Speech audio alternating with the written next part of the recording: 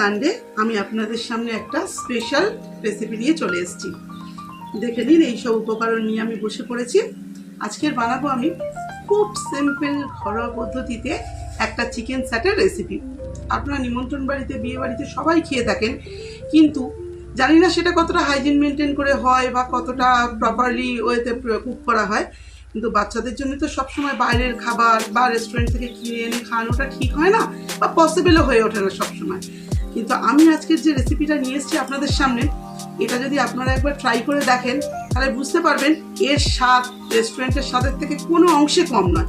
আর এর মধ্যে আমি যে ইনগ্রিডিয়েন্টসগুলো ব্যবহার করছি এগুলো বেশিরভাগই সবার ঘরে সাধারণভাবে থেকেই থাকে।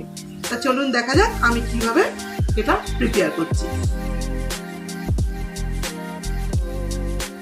এই আমার সমস্ত উপকরণ রেডি করা রয়েছে। এবার আমি এগুলোকে দিয়ে কিভাবে ম্যারিনেশন করি চলুন আপনাদেরকে দেখিয়ে নিই। এবার আমি চিকেনটাকে ম্যারিনেশন করব। চলুন আপনারা দেখে নিন কিভাবে আমি চিকেনটাকে ম্যারিনেশন করছি। প্রথমে আমি কিউব করে কেটে নেওয়া চিকেনগুলোকে একটা মিনিমাম সাইজের কেটেছি। আপনারা যে সাইজে খেতে চাইবেন আপনাদের পছন্দ মতো, প্রয়োজন মতো সেরকম সাইজ করে কিউব শেপে কেটে নেবেন। এটা চিকেনের ব্রেস্ট পিস নিয়ে করলেই সব থেকে বেস্ট হয়, কারণ এই ধরনের আইটেমে হাড় থাকলে ঠিক ভালো হয় না বা বানানো যায় না।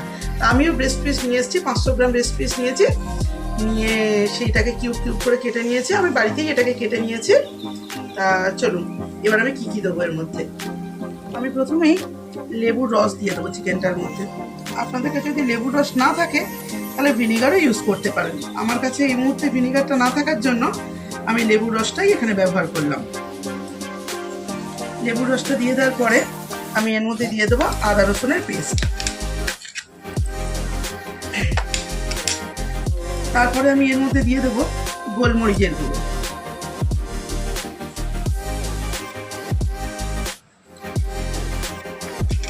তারপরে আমি গুঁড়ো মশলার মধ্যে এতে দিয়ে দেবো পরিমাণ মতো নুন।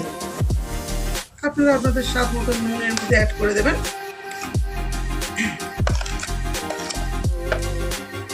তারপরে আমি দিয়ে দেবো গুঁড়ো লঙ্কা। যেহেতু আমি গোলমরিচ গুঁড়ো দিয়েছি তাই আমি খুব বেশি পরিমাণে গুঁড়ো লঙ্কা এতে অ্যাড করবো না, যেহেতু আমার বাচ্চারা খাবে, ওরা খুব একটা বেশি ঝাল খেতে পারে না। তার মধ্যে আমি দিয়ে দেবো একটু জিরে গুঁড়ো, জিরে পাউডার যেটাকে বলে। আপনাদের ঘরে যে জিরে পাউডার থাকে, নর্মাল জিরে পাউডার, এটা কিন্তু রোস্টেড নয়, এটা কাঁচা জিরে যে প্যাকেট আমরা গুঁড়ো পাওয়া যায় সেই প্যাকেটটি আমি দিয়েছি। এবারে আমি এর মধ্যে দিয়ে দেবো সোয়া সস। এটা লাইট সোয়া সস, আপনাদের কাছে যেটা অ্যাভেলেবেল থাকবে আপনারা সেটাই দেবেন, ডার্ক থাক বা লাইট থাক দিয়ে দেবেন। আর আমি একটু চটপটা মিষ্টি স্বাদের জন্য দিয়ে দেবো এর মধ্যে একটু টমেটো কেচাপ। আমি এইগুলোকে দিয়ে এটাকে ভালো করে মিশিয়ে নেব। চিকেনটাকে ভালো করে এগুলোকে দিয়ে আমি মিশিয়ে নেব। প্রথমে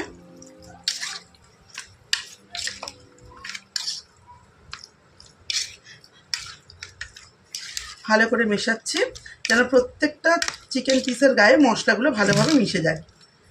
খুব ভালো করে মিশিয়ে নিলাম। এবার এটা মেশানো হয়ে যাওয়ার পরে এর সঙ্গে আমি অ্যাড করে দেবো এই কিউব করে কেটে রাখা ক্যাপসিকাম, টমেটো স্লাইস আর এরকম চৌকো শেপে চিলি চিকেনের মতন শেপে কেটে রাখা পেঁয়াজগুলোকে।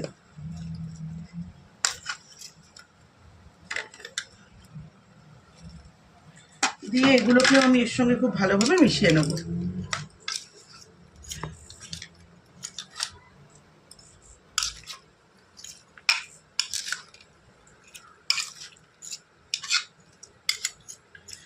এগুলোকে আমি খুব ভালোভাবে মিশিয়ে নিয়ে এর সঙ্গে 5-6 ঘন্টার জন্যে নর্মাল ফ্রিজারে আমি ঢাকা দিয়ে এটাকে রেস্টে রেখে দেবো।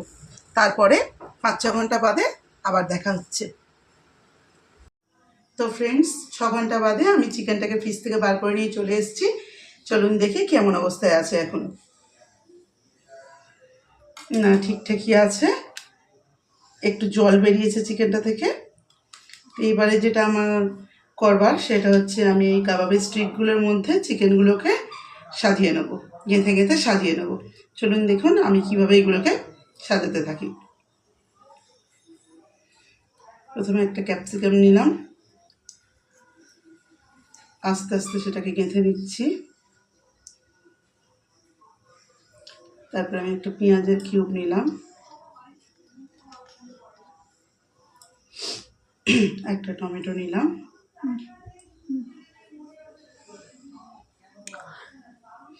এবারে এর মাঝখানে আমি একটা চিকেন কিউবকে গেঁথে দিলাম। আবার পুনরায় একইভাবে আমি এর মধ্যে একটা টমেটোর কিউব দিলাম, দিয়ে আবার একটা চিকেন কিউবের মধ্যে আমি গেঁথে দিলাম।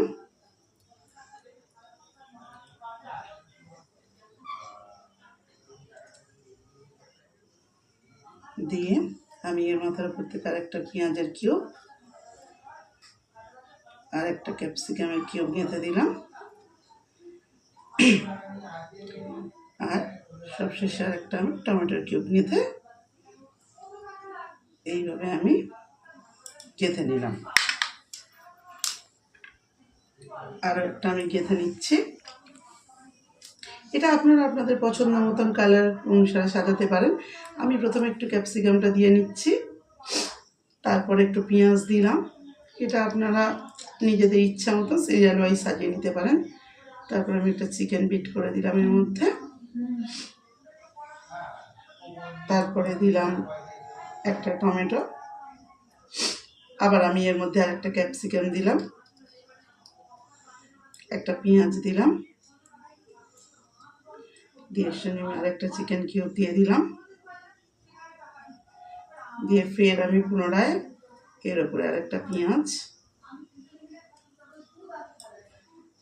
একটা টমেটো, একটা ক্যাপসিকামকে সুন্দর করে সাজিয়ে নিলাম।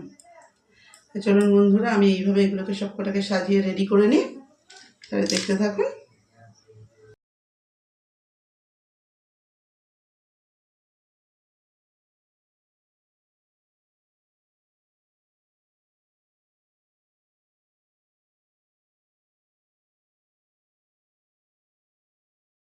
ফ্রেন্ডস, এগুলো আমি বানিয়ে নিয়েছি, সবগুলোকেই তৈরি করে নিয়েছি।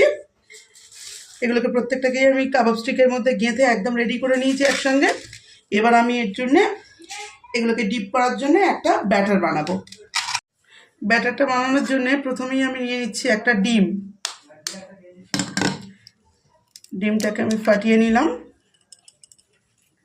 ডিমের মধ্যে আমি অ্যাড করব সামান্য গোলমরিচ গুঁড়ো, একটু টেস্টের জন্য নুন, আর একটু যাতে কোটিংটার কালার হয় তার জন্যে সামান্য কাশ্মীরি রেড চিলি পাউডার এর মধ্যে আমি অ্যাড করে দেবো। দিয়ে আমি ব্যাটারটাকে ভালো করে ফেটিয়ে নেব। প্রথমে ভালো করে মশলাগুলোর সঙ্গে ডিমটাকে ফেটিয়ে নেব। ফেটানো হয়ে গেলে আমি এর মধ্যে অ্যাড করব কর্নফ্লাওয়ার। যদি আপনাদের কাছে কর্নফ্লাওয়ার না থেকে থাকে তাহলে আপনারা আপনাদের বাড়িতে থাকা ময়দা বা অ্যারারুটও এর সঙ্গে অ্যাড করতে পারেন। আমি কিন্তু আবারও বলে দিচ্ছি, কর্নফ্লাওয়ার যদি না থাকে, কারণ কর্নফ্লাওয়ার দিলে কোটিংটা একটু বেশি ক্রিস্পি হবে, আর ময়দাতেও হয়, অসুবিধা নেই, কিন্তু কর্নফ্লাওয়ারটা দিলে একটু বেটার হবে। এবার আমি এর সঙ্গে অল্প অল্প পরিমাণে জল অ্যাড করতে থাকবো। এক ঘায়ে জলটা অ্যাড করবেন না, অল্প অল্প করে দিয়ে ব্যাটারটা কতটা ঘন রাখতে চান সেই অনুসারে মেশাতে থাকবেন।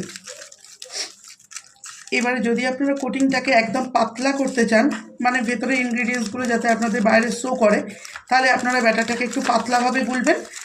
আর যদি একটু ব্যাটারটাকে ঠিক করতে চান, বাইরে কোটিংটা যদি একটু মোটা করতে চান, তাহলে ব্যাটারটাকে আপনাকে সামান্য ঠিক করতে হবে। এভাবে অল্প অল্প করে জল দিয়ে মিশাতে থাকবেন। বন্ধুরা, আমি এটাকে ভালো করে মিশিয়ে নিয়ে আসছি ফিরে। ফ্রেন্ডস, আমার ব্যাটারটা রেডি হয়ে গিয়েছে। চলুন এবার আমি এই ব্যাটারগুলোতে কোট করে নিয়ে কীভাবে এবার ওগুলোকে ফ্রাই করি সেটা দেখা যাক। চলুন।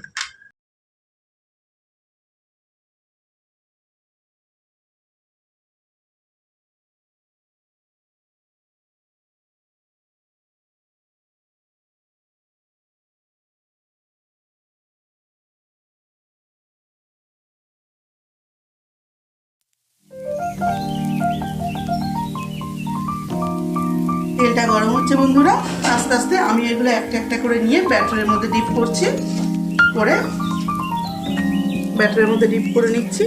চামচের দ্বারা এই গাগুলোর মধ্যে একটু ঢুকিয়ে দিচ্ছি, যাতে ভালো করে ব্যাটারটার মধ্যে মিশে যায় সমস্তটা।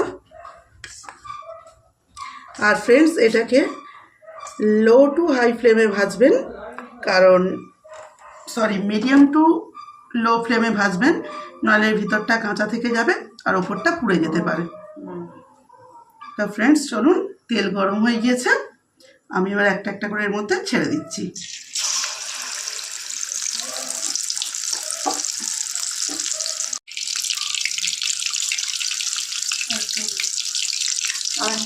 বন্ধুরা, এক পিঠ হালকা করে হয়ে আসলে আমি খুব আলতো হাতে এটাকে আরেক পিঠ উল্টে দেব।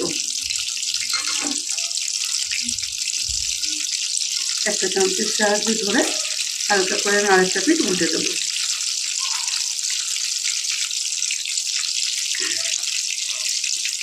মিডিয়াম টু লো ফ্লেমে কিছুক্ষণ কুক করে নেওয়ার পরে এবারে শেষে নামানোর আগে একটু হাই ফ্লেমে দিয়ে বাইরের কোটিংটাকে একটু ক্রিস্পি বানিয়ে নিতে হবে, তাহলে ভিতরটা থাকবে জুসি আর বাইরের কোটিংটা থাকবে ক্রিস্পি। এটা খেতে খুব টেস্টি লাগবে। তাহলে আমি এটাকে ভালো করে একটু হাই ফ্লেমে এবারে ওপরটা ক্রিস্পি করে বানিয়ে নিই, তারপর আস্তে আস্তে আমি ভিডিওগুলোকে তুলে নিতে থাকবো, আপনারা দেখতে থাকুন।